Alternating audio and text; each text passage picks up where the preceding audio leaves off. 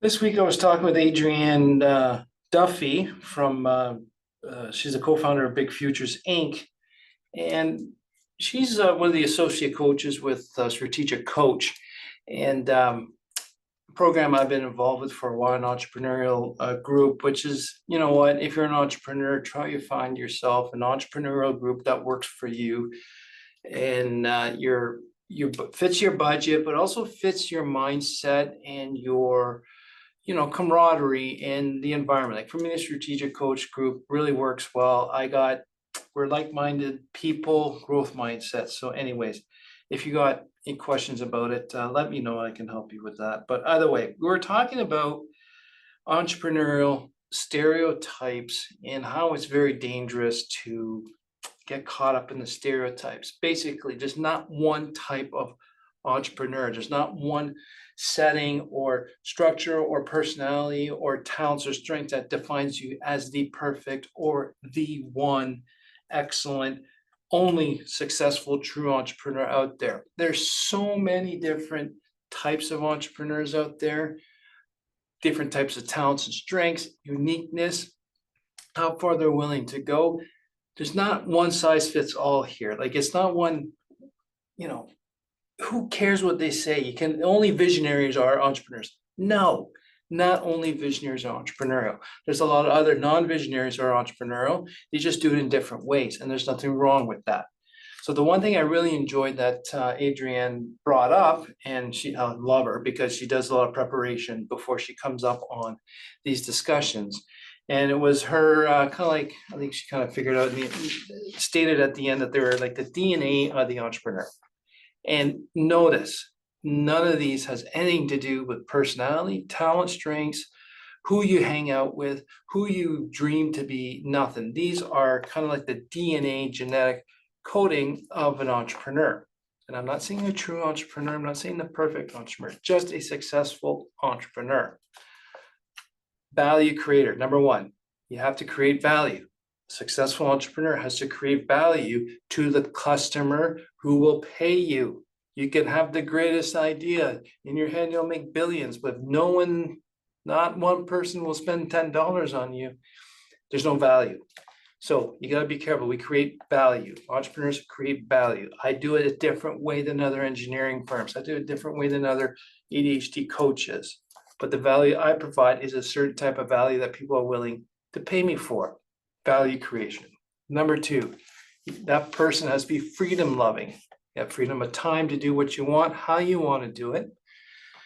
Freedom of money, freedom of relationships, freedom of passion or purpose. There's so many different freedoms. For me, it was to get free from the toxic, negative, toxic environment of people judging me and not accepting me for who I was. So I freed myself from that and created my own company where I can feel welcome.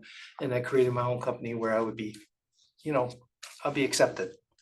So different types of freedom. So there's different people have a certain finite list of freedoms to have, but I think it's infinite, however you want it. Whatever. So then number three was willingness to take risks and be uncomfortable with uncertainty. And that's a key one. That number three is very taxing on the mental health.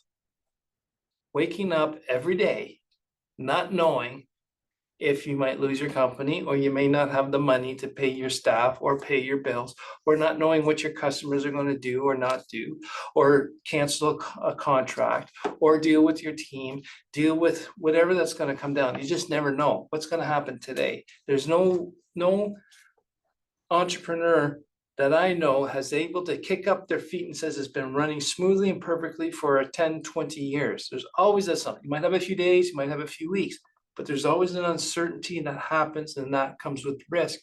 And a certain person, the entrepreneur, has to be able to deal with risk and uncertainty and be comfortable with to be uncomfortable.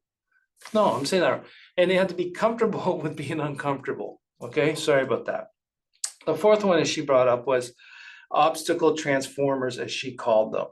That's the growth mindset. Every opportunity that I've had was an obstacle. I don't enjoy how the engineering field or industry deals with customers or deals with the construction site. So I create my own company to overcome that obstacle and create value to my clients that I'm not a traditional engineer. I look at things differently and I deal with what's actually going on versus some theoretical things that may not happen. And finally, number 5 that I added on, and she seemed to be very receptive to it, which was pleasant to hear, was persistent resilience is one of the key core DNA makeup of a successful entrepreneur. Resilience is earned. You have to go through shit to build resilience. You can't learn it. You can't take it from a book. You can't create plan A, B, C, D, and E and 20, that's not resilience. You have to go through heartache, challenges, obstacles, grow out of it, overcome it, go on the other side of the wall, and then keep walking. And then next time you hit another wall, that resilience builds up as you keep going through more shit. Now, people develop resilience in different ways. They hit it every once in a while, but I use the term persistent resilience because it doesn't matter how many hurdles, obstacles I run into or walls, I keep going. I have to keep going. It's something in my head. It's just the drive I have. But being a growth mindset entrepreneur, we learn from it. Therefore, the next wall that we hit could be 10 times thicker than the last one that we hit, but now it's not as big because of the resilience of our learning and just having that stubborn, persistent mannerism to keep going through. And the other key thing is you've got to be very cautious of. You join the entrepreneurial world, you're going to do it. It happens.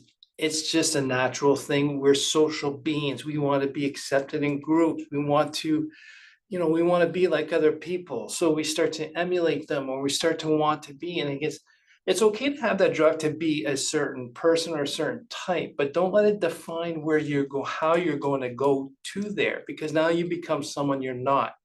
And if you're not true to your core, to your authentic core, it can get very muddy how to get there, and you're not, you can lose yourself.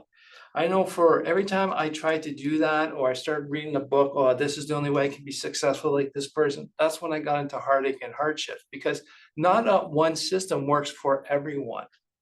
What I've learned with time, especially the ADHD brain, you can read the neurotypical books. I say read all those books as you want, but just go and take out 1 or 2 things that might work for you and try that and forget the rest. Don't have to apply the other people's systems or thinking. Just take a learning from it where you can modify or you can grow yourself and to improve what you have, because this is all, like Adrienne said, this is all about self-growth, self-discovery. And to me, that's the best strategic byproduct of entrepreneurship, is understanding and knowing me more and taking authentic ownership of me and try to stay in that lane.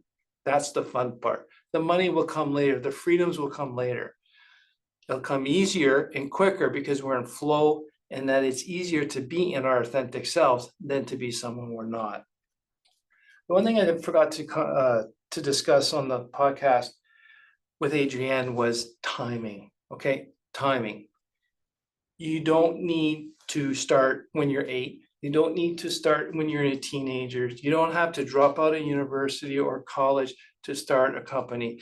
You don't have to be, the timing to start your own company can be whenever it works and suits you, okay? Some people do it at a very young age and they do it their whole life. Some will do it after retirement once they're in their 60s, right? They're still an entrepreneur. They're doing something, creating value. I started 6 months before we had our first kid. My wife was 6 months pregnant with our first kid, and we just dumped all our money into the house to renovate we just bought, right? The timing was right for me to do it. Do I wish I could have started at a younger age? Based on the engineering industry, not smart, but every once in a while it would be nice if I did sooner or younger. But honestly, that was the right time for me. Therefore, my resilience and my persistence was a lot easier to push. Now, if I would have started 5 years earlier, I would not know as much as I would to start an engineering company. The experience, I wouldn't have had enough, especially with the legal obligations.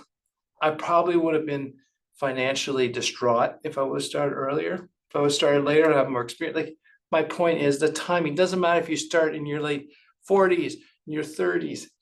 In the end, it's an entrepreneur you are.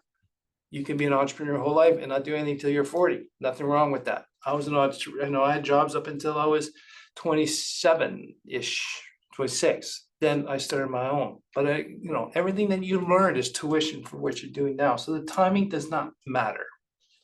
Now I'm running a little longer than usual, but I hope this made sense to people who are currently entrepreneurs. And the ones that are thinking that they are entrepreneurs, does this make sense to you? Let me know. I would love to hear from you about this. And you can email me at André@theimpulsivethinker.com.